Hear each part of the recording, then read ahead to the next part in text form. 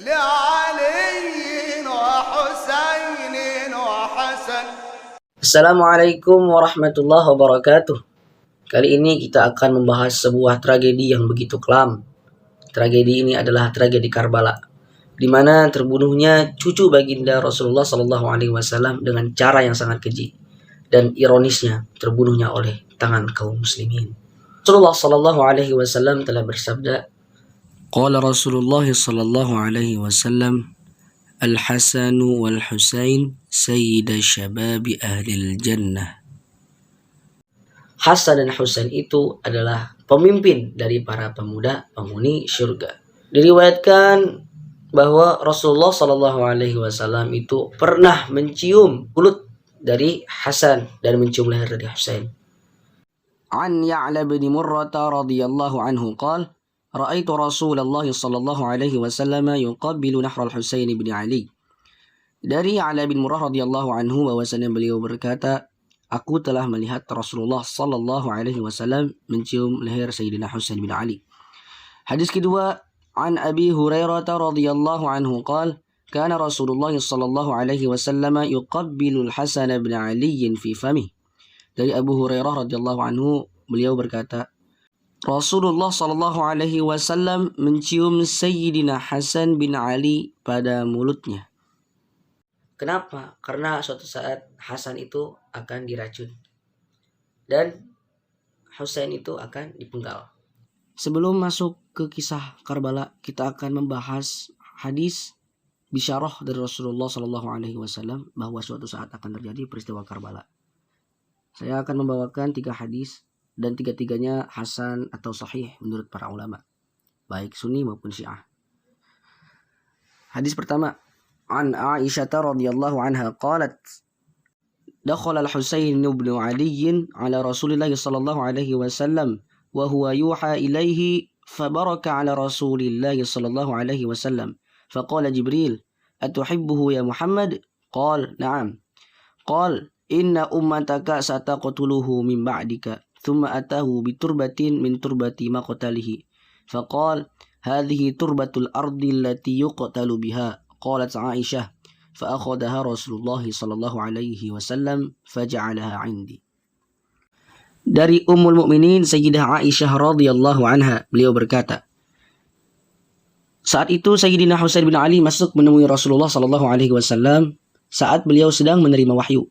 Lalu Sayyidina Husain naik ke pangkuan beliau. Lalu Jibril berkata, Atuhibbuhu ya Muhammad, apakah engkau mencintainya wahai Muhammad? Beliau menjawab, ya. Lalu Jibril berkata, sesungguhnya umatmu akan membunuhnya setelahmu. Kemudian Jibril membawa tanah dari tempat terbunuhnya. Lalu berkata, ini adalah tanah tempat yang akan dibunuh.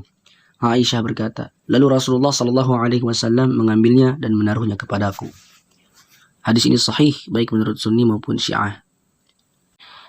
عن أم سلامة رضي الله عنها قالت كان رسول الله صلى الله عليه وسلم جالسا ذات يوم في بيتي فقال لا يدخل علي أحد فانتظرت فدخل الحسين فسمعت نشيد رسول الله صلى الله عليه وسلم يبكي فدخلت فإذا الحسين في حجره وهو يبكي وبيده تربة فقال أخبرني جبريل أن ابني هذا yuqtalu bi ardin yuqalu laha Karbala wa a'tani turbataha.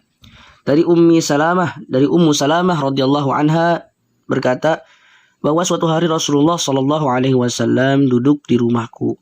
Lalu beliau berkata, "Jangan biarkan seorang pun masuk." Maka aku pun menunggu. Lalu Husain masuk. Aku mendengar Rasulullah sallallahu alaihi wasallam menangis. Aku masuk dan melihat Husain di pangkuannya dan beliau menangis.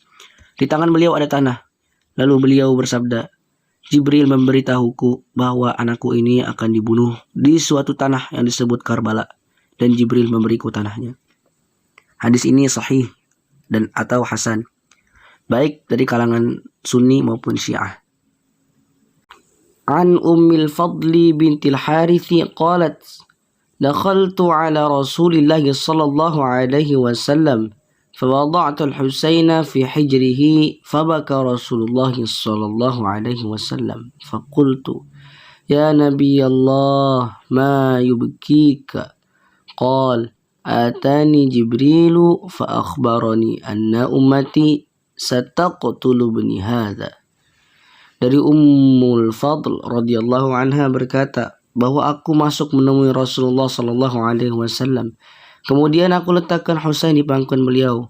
Lalu Rasulullah sallallahu alaihi wasallam menangis. Aku berkata, "Wahai Nabiullah, apa yang membuatmu menangis?"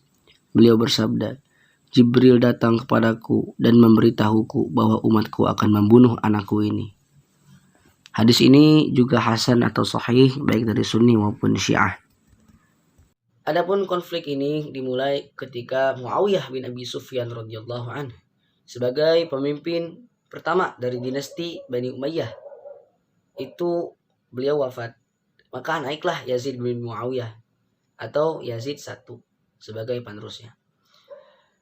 Ketika Yazid bin Muawiyah ini naik, maka banyak sekali sahabat dan para tokoh yang tidak setuju. Di antara orang yang paling keras untuk menyuarakan ketidaksetujuan itu adalah Sayyidina Husain radhiyallahu anhu. Lalu Husain pun diminta untuk berbaiat kepada Yazid bin Muawiyah, namun beliau menolak.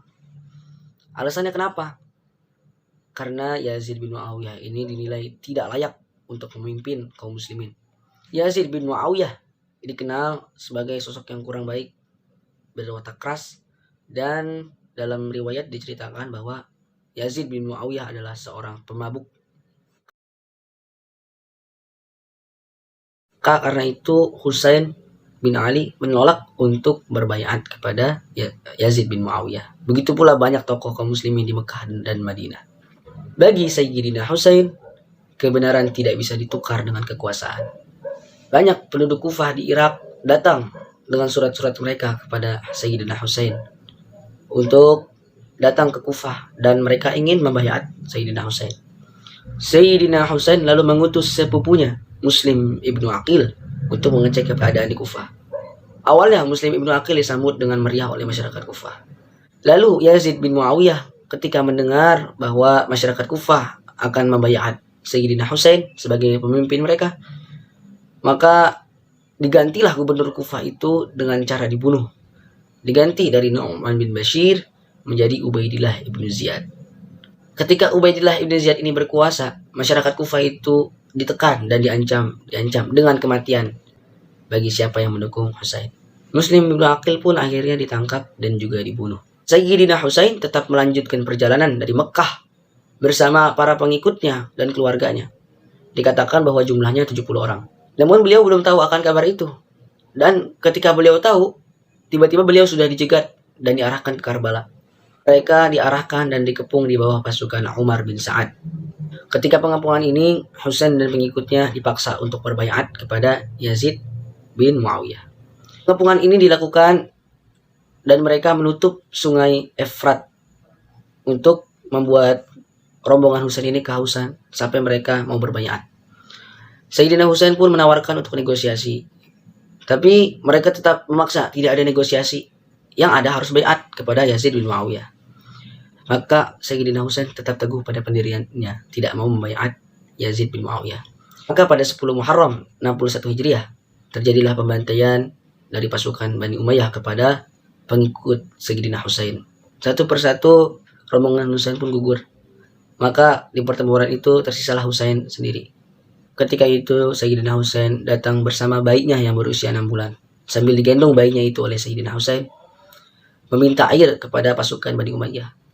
Namun bukannya mereka memberikan minum kepada bayi tersebut, tapi mereka membunuh bayi tersebut dengan cara dipanah. Sehingga bayi berusia 6 bulan itu pun meninggal dalam pelukan bapaknya, Sayyidina Husain. Ketika itu Sayyidina Husain sendiri. Lalu dalam keadaan haus, lelah, lapar, dan panasnya tanah Karbala, beliau tetap menghadapi pasukan musuh.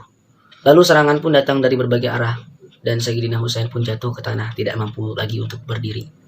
Sampai ketika itu Shimr bin Dhil Jawshan datang kepada Sayyidina Husain, lalu menginjak kepala Sayyidina Husain dan memenggalnya. Lalu setelah Sayyidina Husain dipenggal oleh Shimr bin Dhil Jawshan, kepala itu dipisahkan dari tubuhnya dan dibawa ke hadapan Ubaidillah bin Ziyad. Di hadapan istana Ubaidillah bin Ziyad. Ketika itu ada dua orang dari rombongan itu yang selamat, yaitu Zainab binti Ali bin Abi Thalib yang merupakan saudari dari Sayyidina Husain. Zainab binti Ali merupakan saudari Husain, dan anak dari Sayyidina Husain yang berusia 13 tahun. Namun tidak ikut berperang karena sedang sakit. Namanya Ali Zainal Abidin. Ketika itu mereka berdua ditawan dan dibawa ke hadapan istana Ubaidillah bin Ziyad, gubernur Kufah. Di istana tersebut, posisi Zainab sebagai tawanan, tapi beliau berpidato di hadapan gubernur Kufah Ubaidillah bin Ziyad untuk membongkar kezalimannya di hadapan seluruh masyarakat Kufah.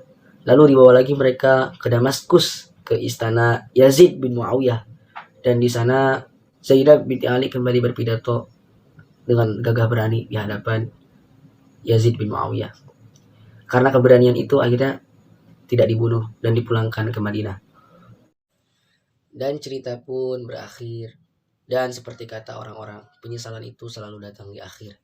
Banyak masyarakat Kufah yang menyesal karena telah mengkhianati Sayyidina Husain radhiyallahu anhu. Padahal mereka dahulu yang mengundang Sayyidina Husain ke Kufah. Mereka yang mengirim surat-surat ke Sayyidina Husain, berjanji akan membayar Sayyidina Husain. Ternyata mereka berkhianat kepada Sayyidina Husain hanya karena ancaman pembunuhan, ada yang karena ancaman kehilangan jabatan, dan segala ancaman-ancaman yang bersifat duniawi. Karbala itu bukan hanya sekedar tragedi yang kelam dalam sejarah umat Islam, tapi ini adalah sebuah cermin bagi umat Islam sepanjang zaman. Pada saat itu banyak yang mengetahui siapa itu Sayyidina Husain. Beliau cucu Rasulullah Shallallahu Alaihi Wasallam. Seperti itulah ketika mata hati mereka telah dibutakan oleh kehidupan dunia. Politik mereka dahulukan, jabatan mereka pertahankan, tapi kebenaran mereka tinggalkan begitu saja. Karbala mengajarkan kepada kita bahwa agama ini tidak runtuh karena sedikitnya kaum muslimin, tapi agama ini runtuh ketika cinta kepada dunia menguasai hati-hati kaum muslimin dan keberanian untuk membela kebenaran itu ditinggalkan oleh mereka. Sayyidina Husain berdiri dengan jumlah yang sedikit, tapi beliau mengajarkan bahwa kebenaran itu tidak diukur dari banyaknya pendukung, melainkan dari keberanian untuk mempertahankan prinsip walaupun harus menghadapi resiko terbesar. Semoga peristiwa Karbala menjadi sebuah pengingat bagi kita agar kita tidak terlena dengan kehidupan dunia, agar kita tidak menjual agama demi kehidupan dunia, agar tidak meninggalkan kebenaran karena rasa takut, dan untuk tidak terlena oleh harta serta jabatan. Allahul muwaffiq ila aqwamit thariq. Wassalamualaikum warahmatullahi wabarakatuh.